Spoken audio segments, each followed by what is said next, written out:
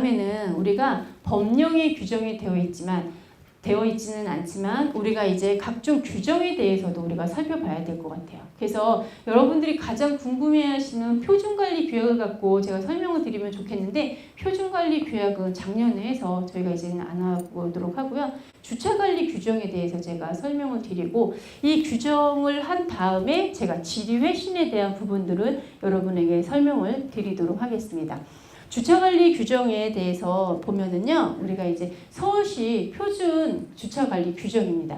제가 다른 데 것까지 이렇게 해서 접목시켜서 여러분에게 설명을 같이 드릴까 하다가 그게 아닌 그냥 서울시 표준 주차관리 규정을 갖고 여러분에게 설명드리는 게 가장 좋을 것 같아서 제가 하고요. 또 우리가 공동주택하고 집합건물하고 제가 관리해보면서 조금 차이점을 한번 보면은요, 공동주택은 사실 그 내가 살고 있는 그 전유 부분에 관심이 많죠. 공용 부분에는 뭐 굳이 크게 나에게 피해를 주지 않으면 관심이 없습니다. 또 집값에 대한 부분들, 내가 어떻게 하면 이 집값을 올릴까에 대한 부분들이 조금 많이 관심이 있고요. 집합건물은 물론 거주 목적도, 오피스텔처럼 거주 목적도 있지만 이제 영업을 하는 그런 부분들이 많아요. 그러다 보니까 생존권과 연결되다 보니까는요, 관리소장인 저 같은 경우에는요, 의외로 어렵더라고요. 만약에 공용 부분에 현수막이라든가 배너라든가 간판, 특히 이거에 대해서 어떤 규율을 정해야 되는데요. 이거를 잡기가 굉장히 힘들다는 게, 집합건물이 정말 이래서 힘들구나. 왜냐? 이분들은 현수막 하나가, 배너 하나가 내 영업하고 너무나 크게 타격을 받을 수 있다라고 생각을 하시기 때문에 전체적인 관리 분야를 사실상 생각하지 못하시죠. 그래서 훨씬 더 우리가 관리자로서 좀 여러 가지 면에 어려운 점이 있는 것 같고요. 요즘에는 주차 관리에 대해서도요, 다른 위탁 주차 관리 전문 용역 업체에다도 맡기는 것 같아요. 그래서 그 업체에서 한 5년 정도 이렇게 계약을 하고, 우리가 이제 지금까지 주차 관리 수익이 매월 평균적으로 얼마다. 그럼 평균적인 그 수익금, 주차 수익금을 입금을 해주고 별다른 수수료 없이 이렇게 관리를 위탁 업체에다 이렇게 맡겨서 하는 경우도 있더라고요. 제가 보니까. 어쨌든 보시면은 주차 관리 규정에 대해서 우리가 목적에 대해서는 뭐 우리가 주차 질서 확립을 하기 위해서 하고 있다라고 보시면 되고요. 등록할 수 있는 차량은 당연히 실제 입주한 자라든가 또 관리 승인을 받은 자, 우리가 관리 사무소에 있는 관리인에게 승인 받은 차만 우리가 이제 등록한다라는 거고요. 이렇게 차는 우리가 분양 면적당으로 이제 몇 대까지는 이제 기본적으로 면적당 이렇게 우리가 하는 것이 기본적이다라고 볼 수가 있겠죠. 주차관리 규정도 여러분 이제 임의 규정이에요. 여러분들에 의해서는 뭐 상위 법령에 어긋나서 이런 게 없죠. 주차관리 규정. 여러분 현장에 맞게끔 어떠한 것도 넣으셔도 크게 문제가 되지는 않습니다. 다음에는 이제 정기 주차할 때는 입주자 명부를 하죠. 우리가 그 입주자 명부는 어떤 문제가 발생됐을 때 연락할 수 있는 거기 때문에 입주자 명부는 반드시 좀 제출해 주시면 좋을 것 같고요. 또 하나 차량 등록증입니다. 차량 등록증은 과거에는 다 사본을 이렇게 받았고 제출을 했었어요. 근데 차량 등록증에 주민등록번호가 기재되다 보니까 과도하게 개인정보를 요청한다라고 해서 여러분들이 이렇게 제출하지 않으셔도 되죠. 요즘에 그냥 다 써놓고만 난다라는 거죠. 그래서 이제 뭐 주차 보증금은 얼마를 받는다. RF 카드 같은 경우는 뭐 보증금을 받거나 아니면 여러분 이걸 뭐 선택사항으로 하셔도 되겠습니다. 다음에는 전출할 때 주차 스티커와 RF 카드를 반납해야 되는데 뭐 보증금은 이게 이제 소모품이기 때문에 얼마를 내가 감가상각하겠다. 그리고 또 제출하지 않은 RF 카드나 이런 거에 대해서는 우리가 보증금을 돌려주지 않겠다라는 것들은 표준관리 주차관리 규정에 있는 것을 볼 수가 있고요. 당연히 우리가 이제 타인에게 대여하면 안 되고 외부 차량으로 간주되는 경우에 내가 얼마를 받겠다 하는 거죠. 그래서 저희가 이게 주차관리 규정이라든가 이런 걸 하라는 건요. 어떤 문제에 대해서 주차관리 규정도 했을 때 우리가 이제 입주자 서면 동의를 받죠. 이거는 이제 구분 소유자뿐만이 아닌 사용자, 이 점유인에게도 다 받습니다. 왜? 이거에 대해서 어떠한 관리를 하기 위해서 기준을 만들기 위한 거다라고 여러분이 보시면 되겠습니다.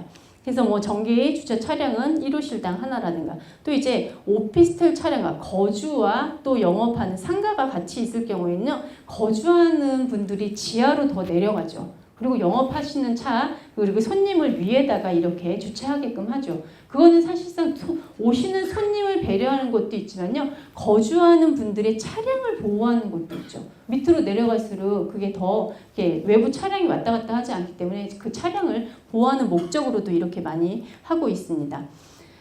무료 시간대에 대한 시간이에요. 요거에 대해서는 우리가 이제 구체적으로 하는 경우도 있죠. 집합 건물에서는 예를 들어 뭐 사우나라든가 찜질방이라든가 웨딩홀이 있는 경우에는 더 많은 주차 시간을 부여를 하죠. 그런 걸 구체적으로 여러분이 명시하셔도 될 것 같고요. 다음에는 무료 주차에 대한 부분이에요. 우리가 주차 수익이 우리 집합 건물에서 가장 많이 발생되는 부분이기도 하고요. 또 가장 분란이 많기도 해요. 그래서 이 무료 주차에 대한 부분을 최소로 가져가는 게 분란의 소지를 막을 수가 있죠. 그래서 이렇게 여러분이 하시면 되겠고요.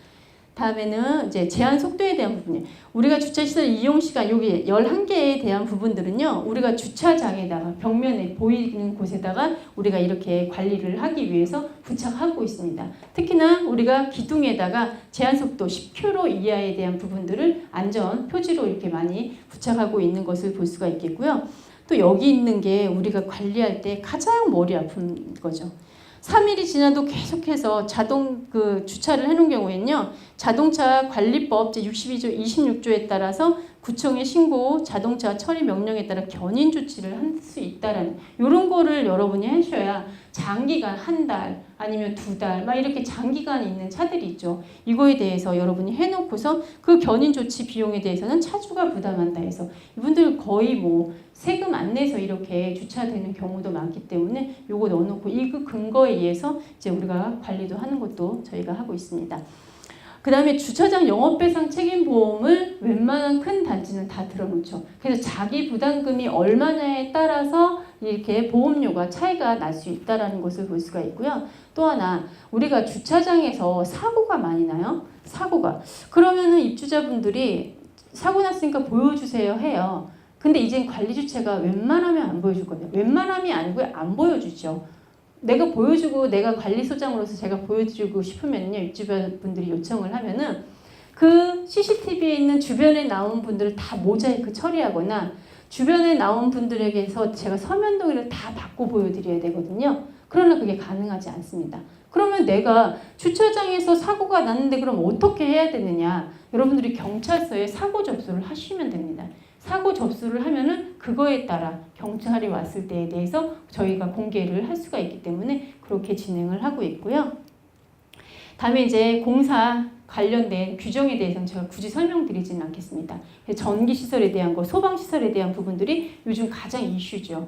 우리가 동탄 메타폴리스 화재 부분도 전유 부분에서 어린이 놀이시설 거기에서 용접 작업을 하다가 대형 화재로 발생해서 4명이 사망하고 이렇게 47명 부상이 있고 했기 때문에 사실 집합 건물에서는 용도를 변경하는 거, 업종을 변경하는 경우가 너무 많잖아요. 그래서 인테리어도 단시간 내에 빠르게 하기 때문에요. 공사하는 분들이 무리하게 진행을 합니다. 그래서 세대, 공동주택 같은 경우는 세대 내에 인테리어를 하기 때문에 그래도 신경 쓰는데 집합 건물은 너무나 위험 요소가 많죠. 그래서 저희가 집합 건물을 관리하는 관리소에서는요. 특히나 이 인테리어 공사할 때 중점적으로 저희가 관리를 합니다. 그래서 소화기 비치해놓는지 관리규약의 공사 규정에 대한 확약서, 각서 이러한 것들을 우리가 받고서 관리 진행을 하고 있습니다. 회의실의 사용 규정이에요.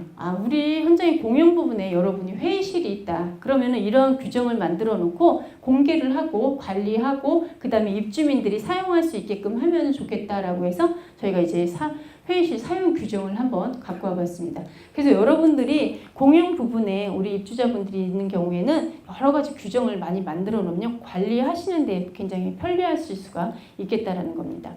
그래서 이제 우리가 이제 이 시간대에 이용하는 이 시간대에 하겠다. 그리고서 이제 접수 순서대로 하는데 우리가 관리 운영에 협의가 있는 경우에는 중첩된 경우 그 위원회가 먼저 이제 접수자보다도 먼저 우선해서 회의로 사용하겠다라는 걸 하시면 되겠고요. 금액에 대한 부분도 저희가 이제 이렇게 넣었습니다. 이 내용에 대해서 하시면 되겠고 이용자 수칙에 대한 부분들을 여기에 있는 내용 등을 우리가 회의실 벽면에 부착을 하고 관리를 하시면 될 것 같고요.